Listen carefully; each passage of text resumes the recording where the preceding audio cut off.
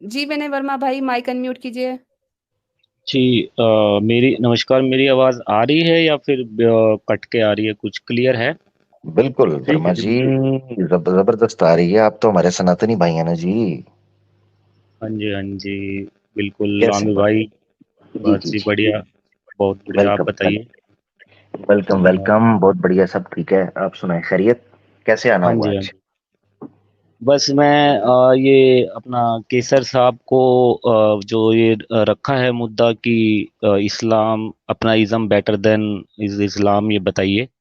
तो मैं ये बताने जा रहा था कि एक तो पहले बात ये हो गई है, लेकिन फिर भी मैं बोलूंगा कि जो आपका जो जन्नत और जहन्नुम का कॉन्सेप्ट है, सॉरी एक तो वो। सॉरी सॉरी, आप अपना इज्म बताएंगे, आप इस्लाम का नहीं बताएंगे। आप अपना पहले नहीं नहीं, इज्म मैं बताइए, बेटर तो देन बेहतर बेटर। हाँ। मेरा तो कंपैरिजन करने बता लगे दिया। आप? हाँ, कंपैरिजन करने नहीं नहीं। लगे, हाँ। हाँ हाँ, जी। मेरा तो बता ही दिया ना आमिर साहब ने हाँ तो, हाँ, सनातनी का। जी तो जी। मैं ये कह हाँ, तो मैं ये कह रहा था कि एक तो जन्नत और जहन्नुम का कॉन्सेप्ट जो है वो क्लैरिटी नहीं है, क्योंकि मैंने एक बारी पूछा था आपसे ही कि भाई जो ये जो 26/11 का जो एक हुआ था हमारे यहाँ मुंबई में, तो क्या हाँ अकॉर्डिंग टू इस्लाम इसको जन्नत मिलेगी या जहन्नम? तो आप लोगों ने बोला था कि हम कुछ नहीं कह सकते, हमें नहीं पता। वो तो हाँ। आखिरत में जो अल्लाह का जो निजाम है या जो भी है वो करेगा, कि वो डिसाइड करेगा कि क्वेश्चन वो जन्नत जाएगा या जहन्नुम जाएगा। लेकिन हमारा जो इज़्म क्वेश्चन है, वर्मा हम साहब, वर्मा एक मिनट साहब, सर, एक बस सर मैं मेरी अपना वो टाइम टाइम बचाते हैं ना। देखें, क्वेश्चन अगर आप इस तरह से इंडिविजुअल किसी वाक्य पे, तो वो बात तो नहीं बन सकती। आपने हमें ये बताना है कि आपके सनातन धर्म में जो भी स्वर्ग और नर्क का जो कॉन्सेप्ट है, वो इस्लामिक कॉन्सेप्ट से बेहतर है और इसलिए बेहतर है। उसके बाद हाँ। गुफ्तगू आगे बढ़ाते हैं। नहीं, स्वर्ग और आपका नरक क्लियर का। है? कैसे क्लियर है और हमारा कैसे क्लियर नहीं, बताइए। हाँ, स्वर्ग और नरक का वो नहीं है कॉन्सेप्ट, मेन होता है मोक्ष का कॉन्सेप्ट होता है। और स्वर्ग और नरक का मीन्स ये होता है, कर्म सिद्धांत के ऊपर होता है हमारे यहाँ, जो कि लॉजिकली भी है।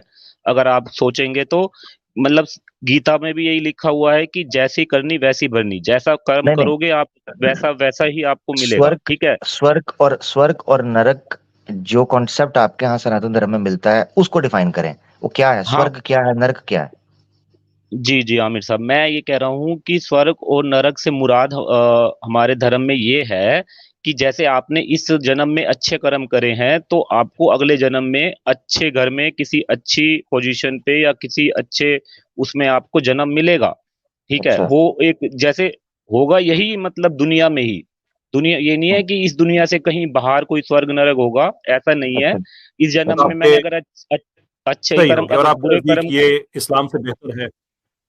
हाँ, इस्लाम से बेहतर है, क्योंकि ये लॉजिकली आप देखिए ना, क्योंकि नहीं, ये भी गलत आपके। कह रहे हैं ना। लॉजिकली है, ये भी सही। गलत कह रहे हैं ना। ठीक ये हो गया गलत ना, नहीं कह बस रहे हैं नहीं। ना। आप। जी नहीं, उसमें आमिर भाई मेरे जी पास एक सवाल मैं ऐड कर जी दूं, फिर आप इनसे तफसील से पूछिएगा। मैं इनका व्यू लेना चाहता हूं कि आपके एक बहुत बड़े अब आपके वो मुझे एग्जैक्ट रैंकिंग उनकी नहीं पता क्या है वो, किस में आते हैं, जैसे हमारे पास मुफ्ती होते हैं और उलमा एंड सो फोर्थ। बहरहाल बहुत बड़े आपके रिलीजियस एक लीडर हैं। अम, यानी उनकी ऑडियंस सामने देखें तो मेरा ख्याल है 50,000 से 1 लाख तक तो शायद लोग होते होंगे उनको सुनने वाले और उनसे मशवरे लेने वाले, और वो उनको आपकी जो सेक्रेड बुक्स है उनमें से वो बातें भी बताते हैं। ये बात मैंने उनसे सुनी है कि उनसे एक आदमी ने पूछा अपने कुत्ते के बारे में कि वो बहुत रखवाली करता है और बहुत ज़्यादा ना वो केयर करता है घर वालों की। तो आगे सवाल का हिस्सा मेरे ज़हन में अब नहीं है, लेकिन बहरहाल ज़िक्र उसमें कुत्ते का था। तो उसमें आपके जो वो रिलीजियस लीडर थे वो कहने लगे कि असल में बात ये है कि ये आपके दादाजी हैं, क्योंकि आपके दादाजी का जब देहांत होने लगा था तो उनको ये चिंता हुई कि मेरे बाद मेरे परिवार का कौन ख़्याल रखेगा इतना।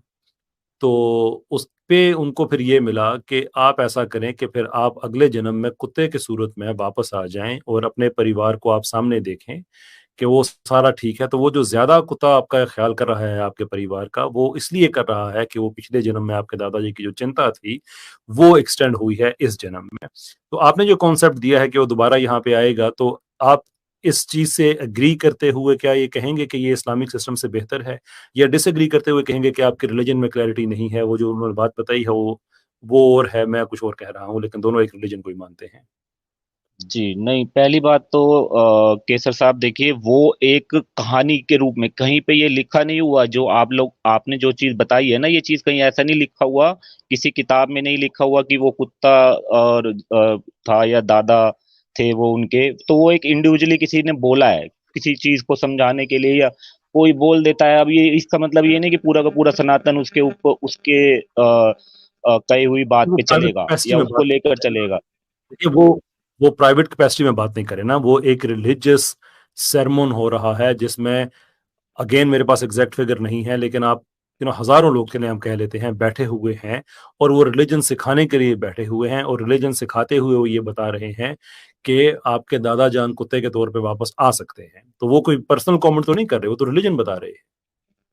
हाँ, दादा जान कुत्ते के रूप में आ सकते हैं। देखिए, वो एक कर्म सिद्धा, मतलब अब जैसे मान लीजिए मैंने बहुत ज्यादा कर्म इस जन्म में गलत किए हैं, तो मुझे एक कोई हम्म, ऐसी जून मिल जाएगी जहाँ पे मैं, मतलब मुझे जी। नरक की तरह भोगना। जैसे कि जो जानवर होते हैं, एक हिसाब से उनका वो नरक ही होता है कि उनको कभी खाना मिलता है, नहीं मिलता है, उनके पास इतनी अक्ल नहीं होती, बकाया बकाया जो चीजें एक्सेट्रा एक्सेट्रा। ठीक है, तो उसको हम नरक ये नहीं बोलते हो हैं। सकता है और ऐसा, हाँ हाँ, तो मतलब कर्मों ऐसा के हो सकता सिद्धांत के ऊपर ऐसा हो सकता है। लेकिन मुझे ये बात समझ में नहीं आती कि जब मैंने ये पूछा था तो आप लोगों ने क्लियरिटी ये क्यों नहीं दी मुझे कि जो 26/11 है। में जो आता, जो किया था, मैं तो वो आता सीधा सीधा हम जहन्नुम में आपको जाएंगे। अपना भाई हम आपको अपना असूल बता देंगे ना जब बात आएगी। अभी तो हम समझ रहे हैं कि आप वाला सिस्टम कितना अच्छा है। तो अभी तक तो हम इस नतीजे में पहुंचे हैं कि दादा जान जो है वो कुत्ते के रूप में वापस आ सकते हैं, और शायद कोई उन्होंने कर्म भी इस तरह से किए हों, कुछ ऐसी बातें की हों। लेकिन अब जबकि वो वापस आ गए हैं, तो अब कुत्ते को तो लोग मारेंगे भी, उसको बचा हुआ खाना कभी मिलेगा कभी नहीं मिलेगा। भाई हुआ जो कुत्ता, तो उसके साथ तो कुत्ते वाली होगी ना। तो नहीं, अब इशू ये है कि वो दादा जान तो बड़े अच्छे आदमी थे, उनको तो कोई आदमी उनकी तो कुत्ते वाली नहीं कर रहा। कुत्ते तो की वो हो उनको रही है कुत्ते वाली, नहीं कुत्ते की नहीं कुत्ते तो वाली हो रही है ना, मैं आपसे ये कह रहा हूं। तो जो दादा जान है उनकी तो नहीं हो रही है ना, अब तो कुत्ते की हो रही है। ऐसी ही अगर बात है ना। दादा जान ने केसर साहब, अगर दादा जान ने अच्छे कर्म करे हैं तो वो कुत्ते के उसमें आएंगे नहीं ना, अकॉर्डिंग टू सनातन, कि वो नहीं हो गया, कुत्ते के। भाई हो गया, वो उन्होंने कोई बुरे काम किए, मरने लगे उनको, बिल्कुल जब उनको ध्यान होने लगा तो अचानक उनको ख्याल आया, तो फिर ऊपर समझा कि यार इसके बुरे कर्म तो हैं ही ना, तो चलो इसको ये मान लेते हैं, अपने परिवार में इसको कुत्ता बना के भेज देते हैं। अब बात मैं आपसे ये कह रहा हूं कि वो दादा जान तो गए, मर गए, उनको तो उनकी तो आपने शमशान घाट ले गए, उनका तो मामला हो गया खत्म। अब जो कुत्ते की हो रही है कुत्ते वाली, इसमें इस कुत्ते का क्या कसूर है भाई, कि पिछले जन्म में कि एक इंसान ने कुछ गलत किया था, अब उसके ऊपर नहीं कुछ बीत रही है, उसकी वजह से कुत्ते की कुत्ते वाली हो रही है। तो देखिए, सर जो सर, जूने एक हमारे। क्लैरिटी मैं भी जरा इनसे चाहता हूँ। एक मुझे थोड़ी सी क्लैरिटी दे दें कि जो कैसर भाई बात कर रहे हैं कुत्ते वाली के, आपने कहा कि आपके मुताबिक अगर कोई अगले जन्म में कुत्ता बन के आता है तो वो नरक में आ रहा है, क्योंकि कुत्तों को कभी खाना मिलता है नहीं मिलता, सड़क पे जा रहे हैं, कोई मार रहा है, कोई वो आमतौर पे कहते हैं कि कुत्ते की मौत है वो गाड़ी के नीचे आ जाती है, ये चीजें सारी होती हैं। तो अगर हम्म एक कुत्ता वो है जो आजकल जैसे वो जिनका जिक्र कैसर भाई कर रहे हैं, उन्होंने कहा उन्होंने तो घर में रखा हुआ है, घर में तो उसको बड़ा बादशाहों की तरह रखा होता है, उसको बेड पे सुलाया जाता है, डॉक्टर के पास लेके जाए, जैसे बच्चों को पाला जाता है वैसे पाला जाता है। तो अब अगर हम्म। वो इंसान किसी ऐसे घर के अंदर बहुत अच्छे कुत्ते की सूरत में आके अगले जन्म में आया, तो क्या ये भी नरक भी होगी उसकी? देखिए, हमारे यहाँ पे जो कॉन्सेप्ट है ना कर्म का, वो ना ऐसा है कि एक एक कर्म का हिसाब होता है। मतलब आपने चाहे छोटा कर्म, अब मैं आपको एग्जांपल के तौर पे दिखाता हूँ, बताता हूँ। अगर आप कोई आप जहर ये है, कोई, कर्म कर्म एक कर्म का मिनट। समझ है, कर्म का समझ है, नहीं बस नहीं, आप ये मैं बताएं बता रहा हूँ। कि अगर एक हाँ, मैं किसी बता रहा अच्छे हूँ घर में आया है तो क्या वो भाई। नरक में है या स्वर्ग में है? कुत्ता जो कुत्ता हाँ, घर का घरेलू कुत्ता है जो। है वो नरक में ही। लेकिन जैसे कि एक कोई कैदी है, उसके हाथों में हथकड़ी, या किसी के क्या नाम है, हाथ में हथकड़ी है लोहे की, किसी के हाथ में है सोने की, लेकिन है तो वो जेल में ही ना। एक्चुअल में वो नरक में ही है, लेकिन बस वो एक दिख रहा है कि हाँ भाई वो उसको मुझे ये मुझे मिल रहा है, लगा लेकिन दें वो। सोने सोने की हथकड़ियां, मुझे लगा दें यार, ऐसा नहीं नर्क नहीं, मुझे भी मैं दे दें। समझाने की कोशिश कर रहा हूँ कि मान लीजिए जेल में कैदी है, किसी के हाथ में हथकड़ी है सोने की, किसी के हाथ में नहीं वो नहीं, है, तो आप ये उससे कह रहे हैं कि उसका। वो चाहे वो दादाजी उनके अगर कुत्ते की शक्ल में आए हैं, चाहे घर में है, वो दादा का बहुत ख्याल रखते हैं, सब कुछ करते हैं, लेकिन है वो नरक में ही है, क्योंकि वो कुत्ते बन गए हैं इसलिए वो नरक में ही है। हाँ, नरक मैं बता रहा हूँ, हमारे यहाँ पे जो कॉन्सेप्ट है ना बस मैं कर्म मुझे का ये जो, क्लैरिटी चाहिए थी, बस ये क्लैरिटी चाहिए थी, आगे कैसर भाई पूछते। हाँ, हाँ, तो मैं वो क्लैरिटी आपको दे रहा हूँ कि एक एक कर्म का हिसाब होता है। जैसे मान लीजिए आपने कोई जहर ले लिया और जहर खा लिया गलती से, मतलब आपको पता नहीं है कि वो जहर है, तो क्या वो आपके ऊपर मतलब उसका वो नहीं होगा, असर नहीं होगा? होगा ना। इसीलिए ही गलत कर्म भी अगर कोई करता है, वो गलती से भी कर देता है, तब भी उसका होगा। हाँ, हो सकता है कि उसको उसके हिसाब से थोड़ा कम मिले क्योंकि वो नहीं जानता था, तो क्या पता वो बच जाए, लेकिन असर होगा। तो कहने का मतलब है कि कर्म इज द मेन थिंग जो हमारे आज के युग में है। ठीक है, साहिब तो अब इस हो गई ना। बात को अब लेके मैं मुझे एक बात बताइए, एक आदमी, अब इससे ना मोरालिटी की तरफ हम जा रहे हैं। एक आदमी है, उसको कैंसर है, उसको कोढ़ है, उस पे जो बीत रही है वो बहुत बुरी बीत रही है, और वो नरक में है। और आपको पता है कि नरक में केयरिंग सिस्टम नहीं होता, हॉस्पिटल्स नहीं होते। आपके जो रिलीजियस अंडरस्टैंडिंग है उसके मुताबिक, चूंकि इसने पिछले जन्म में कुछ गलत काम किए होंगे, आमिर भाई, एक पुण्य होता है अच्छा काम, और जो बुरा होता है उसे क्या कहते हैं? पाप जी। हाँ, सॉरी, ये तो आम से सुना था। हाँ, उसने पाप ऐसे किए हैं कि इस जन्म में अब वो एक नरक में रह रहा है। तो अब इसमें दो चीजें समझ नहीं आती हैं। एक तो ये समझ नहीं आती है कि जो पाप किए वो पिछले जन्म वाले ने पाप क्या किए होगा, रेप किया होगा, पाप क्या किया होगा, लोगों का माल खाया होगा। यानी कि जितनी मौजें की हैं वो पिछले जन्म वाले ने की हैं, और जितनी अब वो भुगत रहा है, वो वाला भुगत रहा है जिससे वो मौजें की नहीं है। उस बेचारे को याद भी नहीं है, जैसे आपको नहीं याद कि आपको पिछले जन्म में आप क्या कर रहे थे। उसको पता भी नहीं है मैं बिल्कुल किस चीज की बिल्कुल। मुझे भेंट पड़ी। और तो उसके ये ऑन टॉप ऑफ इट आप ये कह रहे हैं कि अब वो नरक में तो है, तो साथ कैंसर के हॉस्पिटल में भी उसको भेज दो, कोर्ट के हॉस्पिटल में वो भाई इसको सजा में। ये दोनों डिफरेंट क्वेश्चन है, आप इसको एक के बाद दूसरे पे एड्रेस कीजिएगा। कि एक तो ये है कि मौजे करने वाला और सजा भुगतने वाला और, दादाजी की जिंदगी और कुत्ते की जिंदगी और फिर इस दुनिया में आप कह रहे हैं कि जिस जिस आदमी को अपने पिछले जन्म के जो पाप हैं उसकी वजह से जो सजा मिल रही है, तो उसकी सजा कम करने के लिए कभी आप हॉस्पिटल का इलाज करते हैं, कभी डोनेशंस, कभी ये सारा, ये क्यों? फरमाइएगा सर। देखिए, ये कॉन्सेप्ट जो है ना, ये एक बैठता है, और ये आपकी बात ठीक है, पिछले जन्म का हमें याद तो है नहीं कि हमने क्या किया है। ठीक है, तो इसका आंसर आपके पास भी नहीं होगा अकॉर्डिंग टू इस्लाम, कि भैया क्या तो नाम है बिल्कुल नहीं आज होगा। आज। हाँ, तो तो यही वो तो एक यही तो चीज। ये वर्मा जी, यही तो असल में कैसर भाई जो आपसे पूछ रहे हैं, यही मसला है कि आपने बेटर प्रूफ करना है बजाय इसके। तो हम तो देखें, इस्लाम तो ऑब्वियसली आपकी नजर के अंदर बेटर नहीं है। सनातन बीइंग अ सनातनी आप उसको बेटर कह रहे हैं, तो आपके पास तो एक्सप्लेनेशन होनी चाहिए। हमारे पास तो नहीं है। आप ठीक कह रहे हैं भाई, वो तो हम आपको बता देंगे नहीं है, क्या सीन है क्या नहीं। आप तो कम से कम देना कैसर भाई वाली बात नहीं, मैं तो बेटर इसीलिए ही बता रहा हूँ, और कि भाई जैसे कि जो कर्म सिद्धांत है वो मुझे बिल्कुल लॉजिकल लगता है, क्योंकि आप लोग जैसा मतलब वो करते हो कि अगर की। किसी ने गलत किया और उसको वो तौबा कर ले, तो उसको माफी मिल जाएगी, तो वो तो मतलब एक लॉजिकली नहीं सही तो ठीक बैठता ये ना। है ये है अपना सनातन धर्म है। कैसर भाई मुझे इजाजत है, मैं 2-3 मिनट जा रहा हूँ अगर आपकी तरफ सर से। बस जी मेरे जी इन बोल। दो सवालों के जवाब में से ले लीजिएगा, बाकी शो अब आपका हुआ। नहीं नहीं, बल्कि नहीं, मेरे ख्याल से पहले आपके सवाल होंगे। मैं चाह रहा हूँ कि आप ही जो आप सवाल रखे हैं वही डील हो जाएं पहले, तो मैं फिर इनसे सेपरेट वो जो नर्क के ऊपर बात की या कर्म सिद्धांत के ऊपर बात किया, तो उस पर मैं कर लूंगा। जी बस कैसर भाई। समरी है सर, वर्मा साहब, के मौज की जिसने सारी इंडल्जेंस की जिंदगी गुजारी पिछले जन्म वाले ने, फैंटी पड़ रही है अगले वाले को जिसको पता भी नहीं कि उसने पहले में क्या किया था। ये इस्लाम से कैसे बेहतर है? जबकि हम में तो ये है कि जिसने गलती की है वो भुगतेगा, और अगर उसने माफी मांगी है तो उसी को माफी मिलेगी, नहीं मिलेगी तो सजा भी वही भुगतेगा। आपका कैसे नहीं, बेहतर? ऐसा भी नहीं है कि पिछले जन्म का ही है, ऐसा नहीं है, इस जन्म का भी है। कि भाई एक जैसे इस जन्म में आपने कुछ गलत किया है तो आपको इसी जन्म में ही मिलेगा, या कुछ अच्छा किया है तो इसी जन्म में ही मिलेगा, क्योंकि मरने के बाद तो हमने भी नहीं देखा कि भाई हमें क्या मिलेगा क्या नहीं मिलेगा। ये एक कॉन्सेप्ट है, मैं उस बात की बात कर रहा हूँ, देखो लेकिन सब सच्चाई में यूनिक फीचर होता है ना। वर्मा साहब, मैं बड़ी माफी चाहता हूँ, आपकी बात काट रहा हूँ। बात तो यूनिक फीचर की होती है ना, ये कोई यूनिक फीचर तो नहीं है सनातन धर्म का कि अगर आपने इस दुनिया में कुछ गलत किया तो आपको गलत मिलेगा। इंसान के अंदर से सुकून खत्म हो जाता है, जेल हो जाती है, ना किसी को पता चले तो इंसान खुद ही खपता रहता है। ये तो आप किसी भी सिस्टम में बिलीव करें या ना करें, ये तो होता रहता है। मेरे अपने छोटे-छोटे मैं सेइंग्स लिखता रहता हूँ। मेरी अपनी सेइंग है कि रब के निज़ाम में करप्शन करने की कम से कम सज़ा ये है कि इंसान के अंदर से सुकून खत्म हो जाता है। वो तो यूनिक नहीं है टू सनातन। सनातन का यूनिक प्रोपोज़िशन ये है, जो बेस्ट सेलिंग प्रोडक्ट है वो ये है कि तुम अगले जन्म में भुगतोगे अपने पिछले जन्म को।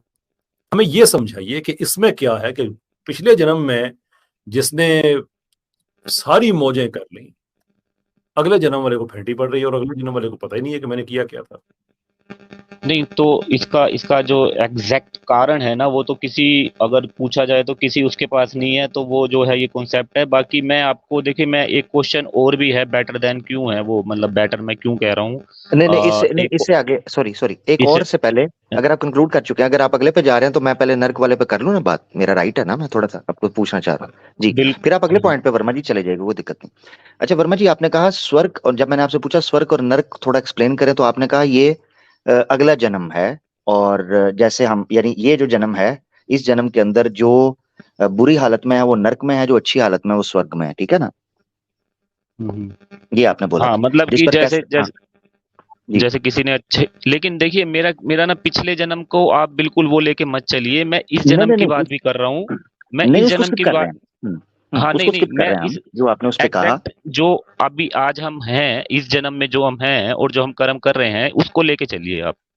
ठीक है, हाँ मैं बिल्कुल सही समझ रहा हूँ, हम पिछले, मगर उसको लेकर नहीं चल सकते ना हम, वैसे बाय द वे कैसर भाई उस पर सवाल रख चुके हैं, क्योंकि आपका कॉन्सेप्ट पिछले जन्म से चल रहा है।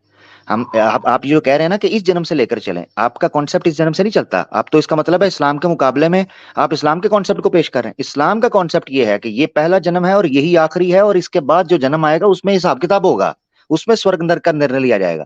तो आप अपने जन्म के अंदर से बचने के लिए ये नहीं कह सकते।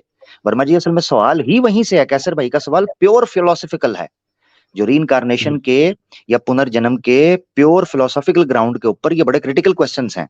खैर, उसको हम इसलिए स्किप कर रहे हैं कि कैसर भाई ने कंक्लूड कर दिया, और उस पर आप कह रहे हैं कि वो हमें पता ही नहीं है, तो फिर उस पर आगे बढ़ते हैं। खैर, अब स्वर्ग और नहीं। नरक के ऊपर आपने कहा कि इस हम्म, जन्म के अंदर जो हम हैं, तो ये पिछले जन्म का स्वर्ग और नरक है, आसान लफ्जों में ऐसा ही है ना।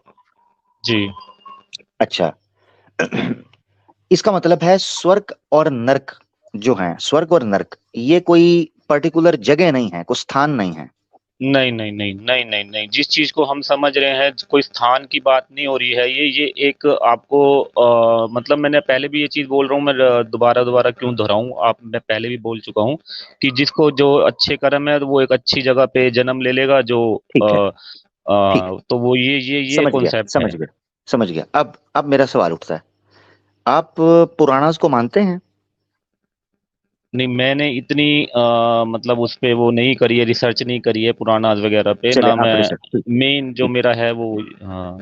ठीक है, आप ना पुराणास पर रिसर्च कीजिएगा, क्योंकि पुराणास जो हैं उनको पांचवी वेदा के तौर पर पेश किया गया है, उपनिषदों के अंदर भी पांचवी वेदा के तौर पर, ठीक है, पंचवेदा।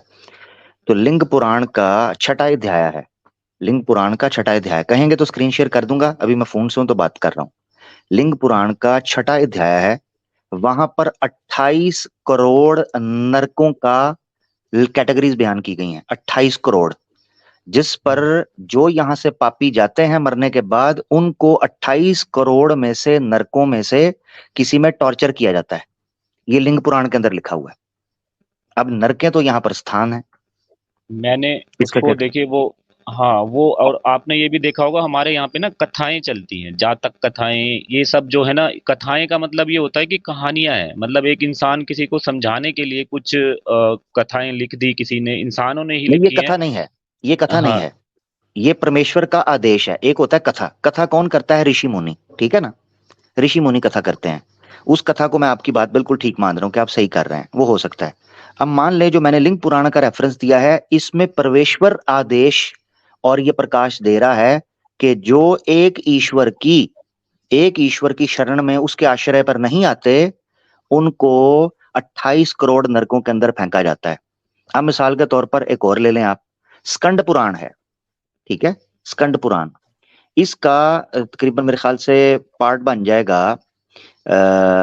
वॉल्यूम 15 बनेगा, पार्ट बनेगा 5, सेक्शन बनेगा 3 और चैप्टर बनेगा 227। इसमें 10 श्लोक हैं टोटल इस अध्याय के अंदर, 227वें अध्याय में। इसमें आखिर में जाकर जो आखिरी श्लोक है 9वां और 10वां, उसमें लिखा है कि जो व्यक्ति विश्वास नहीं रखता और नास्तिक है वो भयानक भयंकर नरक में फेंका जाएगा, परमेश्वर का ऐसा आदेश है। अब ये कथन नहीं है, ये कथा नहीं है, यह आदेश है, स्कंद पुराण के अंदर मैंने लिखा है। हाँ तो नहीं मैंने ये पढ़ा नहीं है आमिर साहब, मुझे नहीं पता उसके बारे में। ठीक है, ठीक है, बाकी मैं ठीक है, बस आप एक आ लास्ट जाते हैं। टाइम ठीक है, नहीं बस सॉरी अब लास्ट आ जाते हैं। चलिए ठीक है, आप इसको पढ़ लीजिएगा, मैंने बोल दिया है आप इसके रिकॉर्डिंग में। अब आ जाते हैं हम कर्म सिद्धांत के ऊपर। ठीक है, आपने कर्म की बात की थी, बड़ा लॉजिकल है, ठीक हो गया। अब मैं आपको रेफरेंस देने लगा हूं। कर्म सिद्धांत को पहले मैं आपसे सिद्ध करवा लेता हूँ। कर्म सिद्धांत जो आप पेश कर रहे हैं उसका मतलब ये है कि जैसा करोगे वैसा भरोगे, ठीक है ना। बिल्कुल अगर बिल्कुल पाप किए हैं तो उसका दंड मिलेगा ही मिलेगा, ठीक है। मिलेगा ही मिलेगा, बिल्कुल मिलेगा। ठीक हो गया, थैंक यू। शिव पुराण है, ठीक है, अभी भगवत गीता का भी दूंगा। शिव पुराण है, इसका अध्याय है 23वां, ठीक है। और जो इसका संहिता बनता है वो विदेश्वरा बनता है, विदेश्वरा संहिता है। शिव पुराण का अध्याय है 23वां और श्लोक है 36।